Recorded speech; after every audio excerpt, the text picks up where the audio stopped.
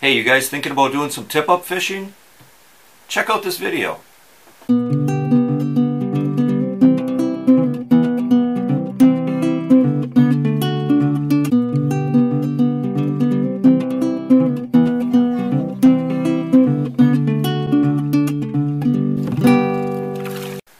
Hey there, outdoor YouTubers. It's Dave Knetter from Knetter's Practical Outdoors. And you know, I really love tip-up fishing, right? Love getting out on the ice, friends, family, set a bunch of tip-ups out, just kind of sit back, wait for the flags to come up, right? A lot of fun. It's a great way to get kids, introduced to ice fishing, You can make tip-up fishing, as intense or as relaxed as you want it to be. And so today I thought I'd talk about, tip-up basics today. And, if you're new to tip-up fishing, I think this would be a good video for you to watch. But even if you've done a lot of tip-up fishing in the past, there might be a few things that you find interesting about this video. A few little things that maybe I do a little different that you might find informative. So, what is a tip-up? Alright? Generally speaking, a tip-up is an ice fishing device that can kind of be spread out remotely, and when a fish takes your bait, it gives you some kind of indication that a fish has done that. Okay? And usually that indication is a spring-loaded flag will pop up. Okay? And then that tells you that a fish has taken your bait. Now, because these indications or these spring-loaded flags can be seen from a certain distance away, you can spread these tip-ups out a certain distance away. Okay? Then, after the fish takes your bait, the flag comes up, usually the fish is given a free spool to kind of run with your bait. And that gives you time to get over to the tip-up, hook the fish, fight the fish, and hopefully catch the fish. That's the plan, right? Now, a lot of these tip-ups, like I say, have this spring-loaded flag, but there's a lot of things that get incorporated onto these flags or onto these tip-ups that kind of aid in the indication. You can add lights to these, you can add buzzers, you can add bells. There's even devices you can buy that when the flag pops up, it'll actually send a notification to your smartphone, right? So you could be sitting in your ice shack, you could be sitting in your truck, you don't even gotta look out there and watch for flags. You'll actually get a message on your smartphone that a tip-up has gone off. So there's a lot of different variations to just the old-fashioned flag popping up. Now, along with all the different variations to your strike indicators when it comes to tip-ups, there's all kinds of different variations to the styles of tip-ups too. This tip-up right here, this is one of the most basic, cheap tip-ups you can get. And you got a spool, you got this shaft that comes up. When that spool moves, it kind of rotates that shaft. You take your flag, you hook it to the top end of that shaft, and when this spool moves, when a fish takes it, it rotates that shaft and the flag comes up. Okay, like I say, this is a real inexpensive style of tip-ups. I'm looking at this one right now. This is actually my buddy Darren's tip-up. I think I've had it since high school. I should probably get that back to him. Okay, and then there's a lot of different other styles of tip-ups too. You got tip-ups like this one that incorporate battery powers to jig themselves. Okay, you got a tip-up like this one that incorporates wind power to jig itself, and we'll get into this a little bit more later. Okay, you've got these rail style tip-ups. Okay, and you've got this round thermal tip-up. And these are only a few of the different styles that are out there. There's a bajillion more, Some of them have the different features that maybe you like, maybe you wouldn't like. Some of the tip-ups, to me, kind of come from the island of misfit tip-ups, But that's okay, to each his own. Now, probably the two most popular styles of tip-ups are this rail style tip-up and this round thermal hole covering tip-up. Okay, and the mechanics of both of them are pretty much the same. On this rail style, you have this horizontal spool attached to a shaft. Okay, and when this shaft spins, it spins some kind of a cross or T at the top. You take your spring-loaded flag and you position it, you know, underneath this T or cross, and when a fish peels out line and the spool spins, the flag goes up and it tells you got a fish. And it's kind of the same thing with this round thermal tip-up. Okay, horizontal spool attached to a shaft. At the top of the shaft, in this case, it's just kind of an angle, not so much a T or a cross. But you take the spring-loaded flag underneath the top of the shaft. A fish takes the bait, starts taking out line, shaft rotates, flag pops up. Okay, same kind of principle. So that's just a quick basic overview of how you set these tip-ups. Okay, there's a little bit more to it, and we'll get into that a little bit more later on in the video. Okay, so anyways, we talked about the similarities of these two styles of tip-ups. Now we'll talk about the differences. Okay, now obviously this rail style, it's kind of long, kind of like a rail. This round thermal is, of course, round, and you kind of might be wondering, well, what does one do that the other doesn't? Is one better than the other? Okay, well, a tip-up like this, what you do, you know, if you've never used them before, is you put your line down the hole, and the tip-up sets on top of the ice. We're going to pretend this is our ice, just like that. Of course, our flag would be in the set position, and that's how they sit on top of the ice. Okay, well, if the air temperatures or the wind chill temperatures are below freezing, the water in your hole will start to freeze. Okay, and you know, that can be a little bit of a problem, you know, sometimes. Well, what this round thermal tip-up does is this tip-up sits in your ice hole like this, and it actually covers up your ice hole. Okay, so that kind of insulates the water in your hole from those outside elements, and it helps to keep your hole from freezing up. Okay, me personally, I do prefer to use these rail style tip-ups instead of the round thermal tip-ups. One reason, I think these store a little easier. You know, if you haven't seen this, these tip-ups kind of fold up. You can kind of put them away like this. I did a video on what I keep in my tip-up box. If you go to my channel, Knetter's Practical Outdoors, and you go to my ice fishing playlist, you can go to this tip-up box video, and it kind of shows you how I store these in there. I kind of incorporate some bigger pieces of PVC pipe. It works pretty good. So if you're at all interested in that, check that out. Okay, but that's not the only reason that I really like to use these rail styles of tip-ups. Maybe the main reason I like these rail styles is they give you a much wider range of your trip settings. Okay, and by trip setting, I mean the amount of pressure it takes pulling on this spool, the amount of pull that a fish has to pull on this to trip the flag.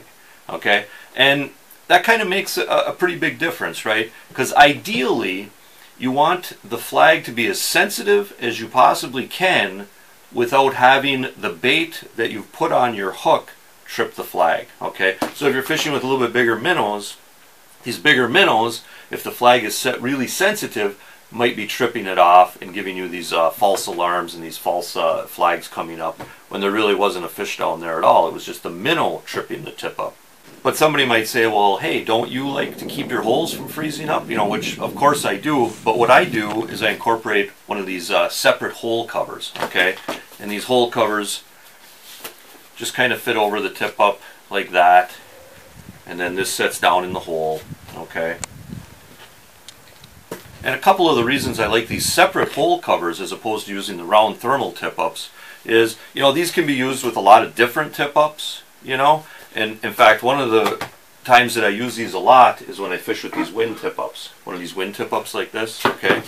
I did a video about wind tip-ups, so I won't really get too in-depth in them. Essentially what they do is they kind of use the wind to jig your bait when you're out fishing, okay?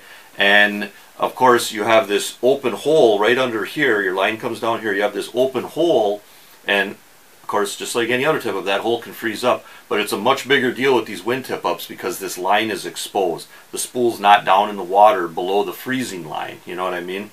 So I do like to incorporate these hole covers with the wind tip-ups.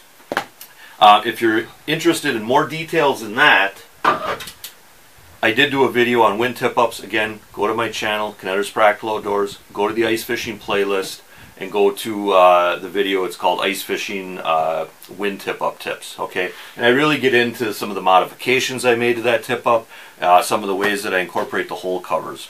Okay, so anyways, back to the trip settings.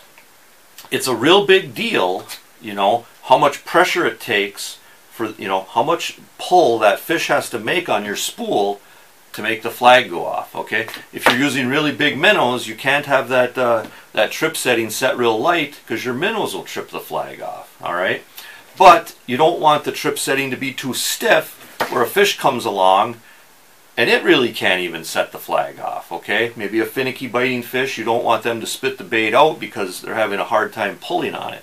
Okay, so it's nice to have a wide range of trip settings on your tip-up. And these Polar Styles generally give you a pretty wide range of trip settings. Now, a lot of guys realize on these rail styles, at the top of the shaft, a lot of times you'll have this T, and there's two different trip settings right on that T. Okay, a lot of times there's a notch on each side, or one side will be smooth and the other side will be notched. On this one we have a shallower notch and more of a deeper notch. Okay, and it's pretty easy to imagine. You put it on that shallower notch and it takes less pressure to trip the flag. You put it on this deeper notch, okay, fish comes along, pulls your line, turns the spool, turns the shaft, okay, and that takes a little bit more pull, you know, to trip the flag. So if you had a little bit bigger minnow that was pulling on it, you might want to go with this deeper notch. Okay, but it doesn't end there. All right, another one of the nice things about most of these rail styles is you can adjust the height of where this T is. Okay, now a lot of times guys, you know, we'll set them like this. The flag is pretty much horizontal. Okay, but you can actually adjust this. You can raise this up some. Okay, and now your flag is at less of an angle. All right, so this spring is not loaded nearly as much. So off the top of your head you might say, hey, this will actually be a lighter setting because you know, the spring isn't bent down as much, it isn't loaded up as much. Well, that's kind of true, but there's another factor involved in how, you know, heavy or light the trip setting actually is. Okay, when it's at an angle like this, it really depends which side you put it on. And I'm not talking about the heavy notch or the deep groove notch or the light groove notch.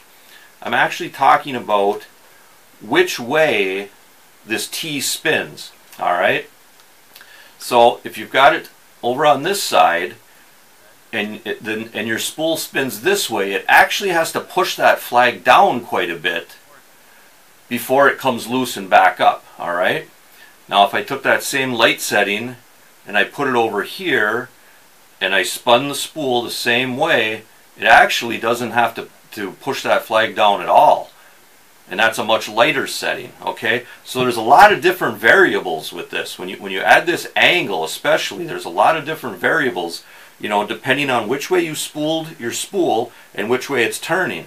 Are you pushing that flag down before it can come back up, or is it just sitting there and then it just can come straight up?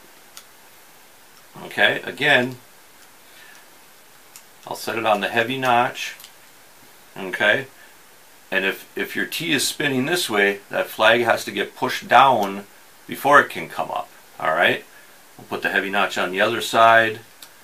We're going to spin it the same way, but now it doesn't have to push that flag down at all. Okay, so there's a little different variation.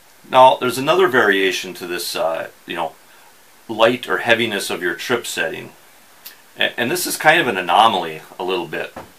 But one time I was out fishing, and this did happen to me.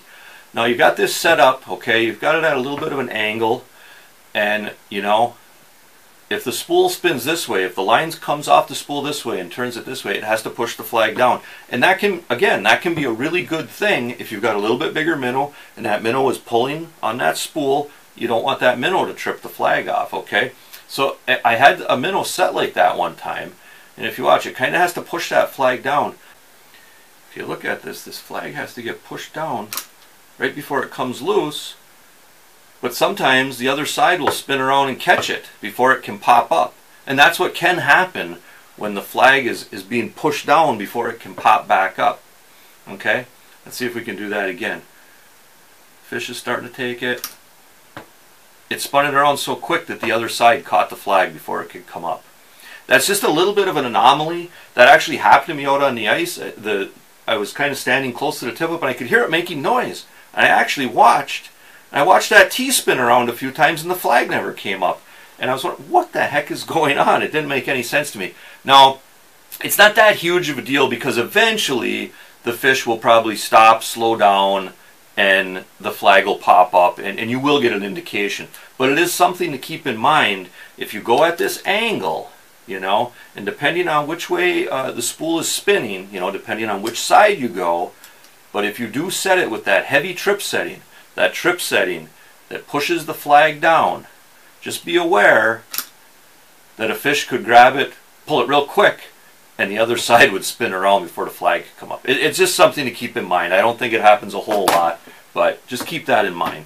Now, one thing you may have noticed about pretty much all these tip-ups, at least the ones that I use, is I always incorporate some kind of piece of foam on it. And that's just to put my hooks into. If I'm using treble hooks, I can bury the whole hook right into the foam. Okay, same as on this one. Same thing on the wind tip-ups, piece of foam. This one's got a quick strike rig on it. I just bury both those trebles right into this foam and they're not getting into anybody's fingers, not snagging up on other tip-ups. Works real good. So I'd highly recommend doing that with any of the tip-ups you use. Put a nice hunk of foam on there, and you can even keep extra hooks right in that foam too. Works out real well. Okay guys, let's talk a little bit about the line that we're going to put on our tip-ups. Okay, now most of the time on tip-ups you're going to want to go with kind of a heavier 20 to 30 pound black Dacron tip-up line. That's really kind of a staple, you know, with tip-up fishermen. You know, there's a few different name brands that make good tip-up line. You can actually get this coated tip-up line that it doesn't absorb water. Some guys like that. I personally, I really don't care for it that much. I don't think it lays on the spool quite as well as the uncoated stuff. So I like to go with the uncoated. But I do usually go with 25 or 30 pound test. The black is real nice. You know, you can see it real well. You know, you got to keep in mind you're fighting these fish kind of hand over hand. All the excess line is going out on the ice. It's nice to be able to see where it's at and not get it tangled into things, that sort of thing. And you know, the heavier pound test, of course, it's good because it doesn't, you know, it's not as susceptible to breaking. You know, you keep in mind when you're ice fishing, your line oftentimes is going down the hole and then at an angle. It can be rubbing against the kind of the bottom edge of that hole. Sometimes it can be a little sharp, so it's good to go with a heavier pound test. And just handling it with your hands, you know, you want to have a little thicker, a little heavier line. It's easier to handle with your hands. If you go to set that hook, sometimes if you have kind of, you know, if you were to use like a low diameter, like a fusion, or a low diameter, like a fire line, it would cut right into your fingers without too much effort. It's surprising. So I like to go with a little heavier line. The black, I think, is also very camouflage under the ice. You know, you got the lakes froze over. A lot of times there's snow on top of it. It's pretty dark down there, so I think the black line is actually pretty good as far as stealthiness down there. And you know, keep in mind, this is just going to be our main line. Okay.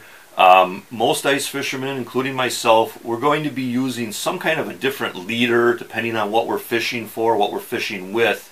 We're not going to be attaching our hooks directly to this black Dacron, and we'll get into that more in a little bit here. Okay, so let's go ahead and we'll spool this tip-up up. Alright, now I did do a video on spooling a tip-up up. Alright, and in that video I did incorporate a cordless drill. Alright, which works great, okay? Especially if you went out and you bought like 4 brand new tip-ups and you were gonna, you know, put line on all 4 of them. It's kind of handy to use that cordless drill. You'd have to watch the video to see how I did it. Again, go to my channel, go to my ice fishing playlist, and it's called Ice Fishing Spooling a Tip-Up, something like that. Anyways, but if you're gonna do several tip-ups, it might not be a bad idea to try to incorporate a cordless drill into it. It can go a little faster. If you're just putting line on one tip-up, it's probably not even worth the bother. So I'm going to give you guys a quick overview of how I spool a tip-up without the drill. Now again, just like I did in my other video, I put some painter's tape on the spool so you'll be able to see the line a little bit better. And what I like to do is just kind of double up the line, okay? Alright, double up the line, bring the whole thing around, and just tie a regular overhand knot and make yourself a loop, okay? And we'll cut this tag end off, and there.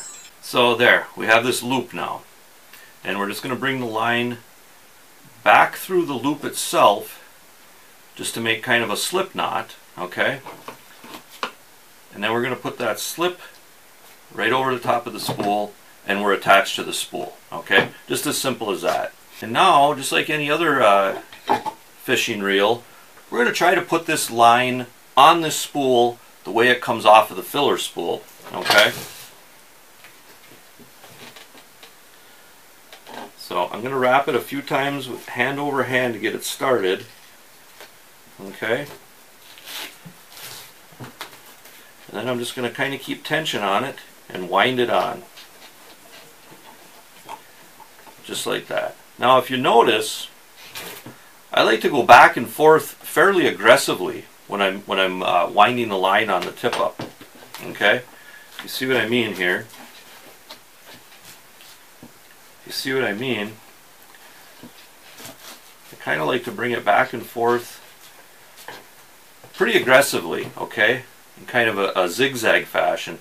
And, you know, it's not a big deal, but I think it does help from the line being buried back inside of itself. You know, as you start to bulk this spool up, sometimes the line, if you're pulling on it and putting pressure on the line as you're reeling it on, it can kind of get buried within itself. So I think that back and forth, that kind of aggressiveness kind of crisscrosses, and it doesn't allow the line to get pulled back inside the spool itself. So it's just a little thing I like to do. I think it does help. So anyways, you're just kind of going back and forth, reeling it on, okay? Like this spool, this has got 50 yards. I'm putting the whole thing on there, you know, and I'm going to hope that that's enough, you know, if you get like a big pike on or something. So I'm definitely going to use the full 50 yards, fill this spool up. This is a pretty wide spool, pretty deep spool. It'll hold quite a bit of line. Okay, so we've got our main line on our tip-up. We've got our tip-up spooled up with our black Dacron tip-up line. Now we can move on to the next step, okay? And the next step, of course, is our terminal tackle, you know, which is probably going to incorporate some sort of leader, a couple feet, 3 feet, 4 feet of some sort of leader material. It's going to incorporate a hook, right? When you're going to need some kind of a hook down there, a sinker system, that sort of thing. And, you know, what you use for your terminal tackle is going to largely be dependent on what type of fish you're fishing for, okay? It's also going to be dependent on the fishing conditions, dark water, clear water, that sort of thing. And of course, what kind of bait are you using, all right? There's thousands of different variations on what to put on as your terminal tackle below your tip-up, okay? I don't have the knowledge or the time to go into all of them, right? But, you know, a good source to find out what would work for you in your local area would be to go to the local bait shop, okay? Talk to some people down there, figure out what different setups people are using for the different fish in your area, okay? Now, having said that, we can discuss a few general principles and a few general things that I like to do when I tip up fish, all right? Now, me personally, I am a big believer in using fluorocarbon leaders, okay? 99.9% of the time, I am going to have some kind of fluorocarbon leader coming off of my black Dacron tip-up line, all right? First thing I'll have is I'll have a swivel attached to the black Dacron, and then I'll be attaching my leader material from there, okay? Now, even though I use fluorocarbon like almost exclusively, it doesn't mean I use the same fluorocarbon, right? Okay. Now, just common sense, right? You're fishing for bigger fish, you're going to need a heavier pound test. Fishing for a smaller fish, you might want to go with a lighter pound test. One scenario might be let's say you're fishing for crappies or perch. You know, a lot of guys do use TipUps for crappies and perch. You know, a good leader material might be, you know, 3 feet of 6-pound test fluorocarbon, a small split shot on there, and then maybe a small treble hook, you know, appropriately sized for the minnow or the grubs you might be using. You know, that might be a panfish setup. You know, if you're going for walleyes, I know me personally, I like to go with like at least 12-pound test fluorocarbon. I'm going to go with about, you know, 2 to 3 foot of a leader, at least 12-pound test fluorocarbon. This setup right here is actually what I would use for a walleye setup. I think I've got a number 6 treble hook, split shot. There's my, you know, 2.5 feet of fluorocarbon leader right there, and that would be a good walleye setup. Now for pike, of course, you're going to maybe want to go a little heavier. I would at least at a minimum go to like a 20-pound test fluorocarbon leader, and oftentimes I'm actually using like 50-pound fluorocarbon leader when I'm exclusively going for pike. And I know a lot of you guys out there do like to use wire leaders when you're fishing for pike, and that's a great option. Oftentimes I find myself fishing in clearer water, so I really think that fluorocarbon is just gives you that little extra stealth and maybe gets you bent a little bit more. Okay guys, we got our line on our TipUp. We've got our terminal rig all set up, right? The sinkers, the hook, the leader material. The guy at the bait shop told us what bait to use for the lake we're fishing, for the species of fish we're trying to catch. And now we're going to go ahead and we're going to put that TipUp in the water, alright? Now of course there's a lot of different variations to how deep you're going to be fishing or how deep in the water column you're going to be fishing. But let's just say for instance, we were told to head over to this bay on this lake. Most of the bay is going to be about 15 feet of water. But what you want to do, we're going to want to drop our minnow down, and we're going to want to have that minnow like 1 foot off the bottom. Okay? So how do you figure that out? Well, if you've got a sonar unit, you can stick the sonar down in the hole, and as you're dropping that minnow down into the water, you can watch it go down there and see when it's within a foot of the bottom, and then you can set your TipUp and have it right there. But a lot of times, you know, even though I do usually have sonar with me, I'll just use one of these clip-on weights, okay? And I'll show you how that works. What you're doing is you're just taking this clip-on weight, you're going to clip it onto your hook, okay? You don't put the bait on yet, just a bare hook, and then you go ahead and drop it down your hole. This is our ice fishing hole here, okay? If you can imagine that. We're going to drop it down, okay, till we hit bottom. Boom, there, we hit bottom. We kind of lift the line up and feel for that weight, and that weight is like right there. So now we want to mark this in some way, okay? And what a lot of guys will do is they'll use one of these little bobbers, all right?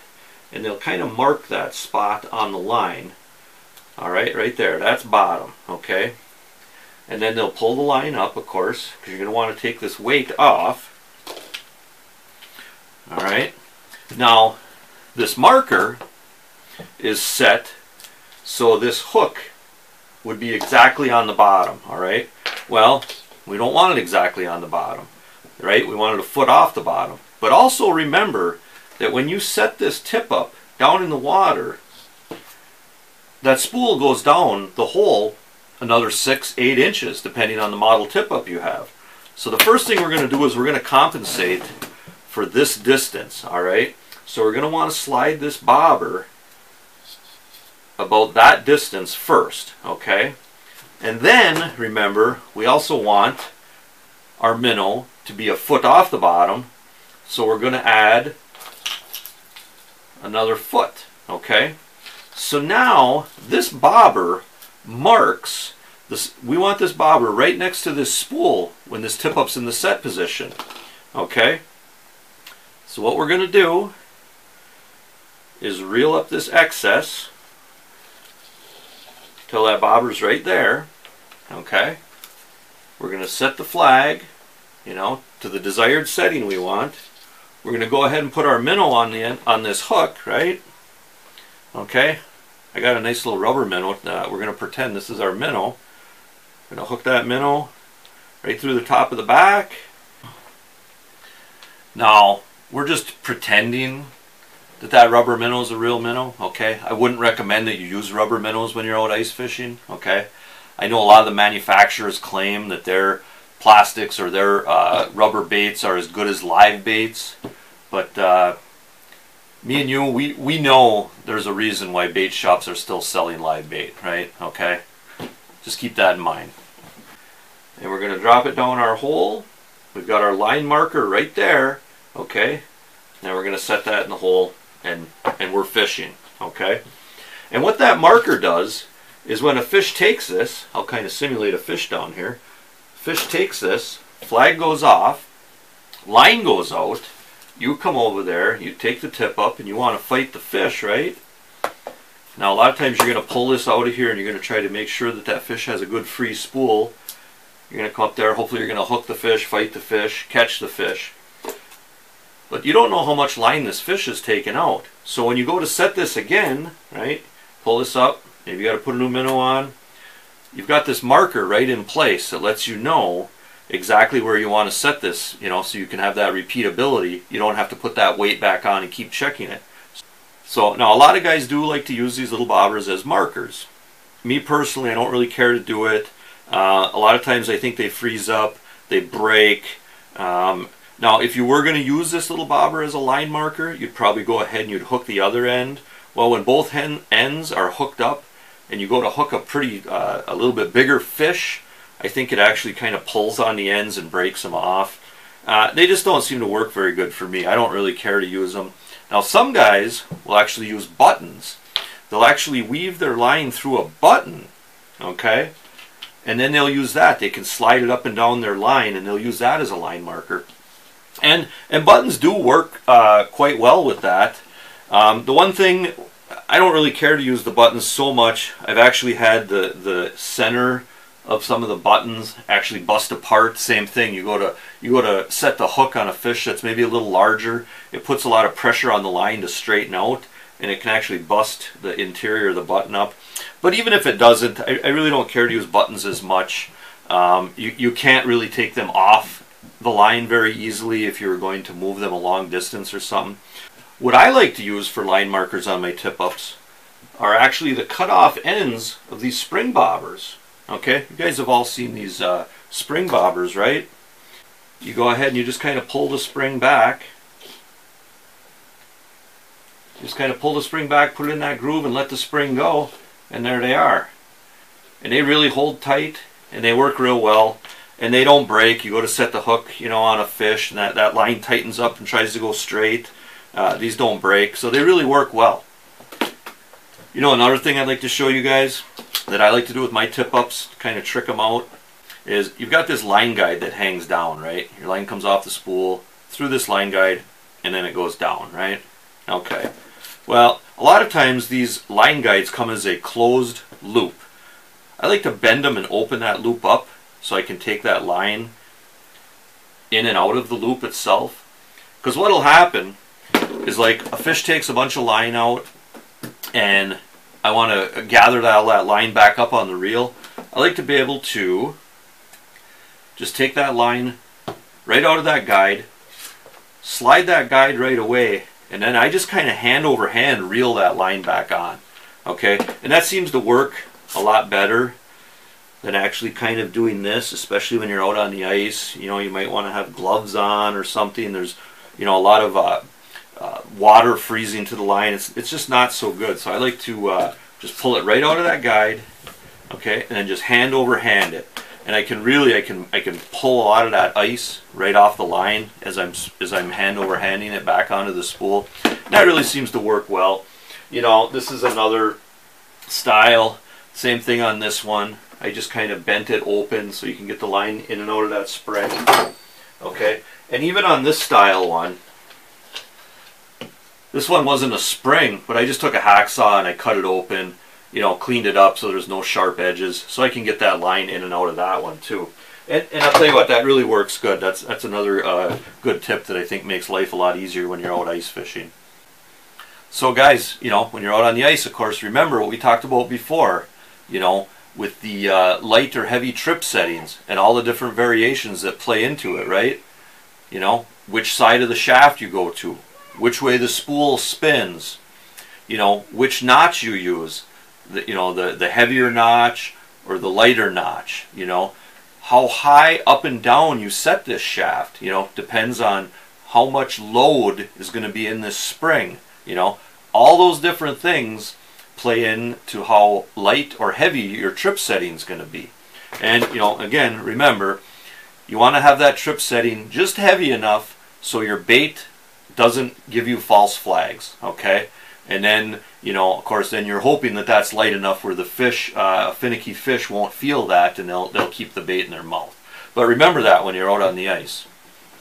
And, you know, one thing with these rail style tip ups too to keep in mind, you know, when you set the flag and you go ahead and you put them down in the hole, they're pretty low profile, okay? They don't really stick up very much at all, and, you know, other people on the ice might not notice them there. So a lot of times I like to take a skimmer, you know, and set it in the snow next to these tip ups to kind of tell people that there's actually a tip up there. You know, I actually had a snowmobiler run over one of my tip ups one time.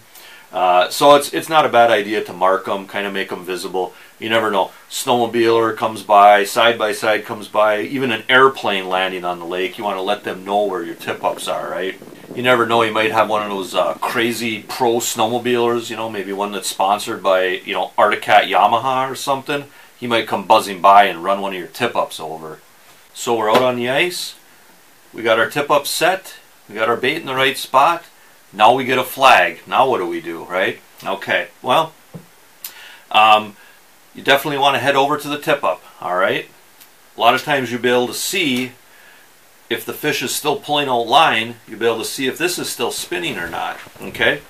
Now, depending on the species of fish you're fishing for, depending on whether you want to keep the fish when you catch them or not, has a lot to do with how quickly you go ahead and try to hook the fish or how long you wait, you know. Again, that's going to be largely dependent on the fish that you're going for, whether you want to keep them or not. Of course, you know, if you're fishing with what they call a quick strike rig for northern pike, a lot of times you want to go ahead, get over to that tip up, hook the fish right away, and fight that fish and hopefully catch it. Now, some guys like to wait till it stops spinning, you know, wait till the fish stops taking line, you know, and then just give them a few seconds and then go ahead and try to set the hook. Okay, there's a lot of different variations. You know, again, maybe your local bait shop can help you out with that a little bit.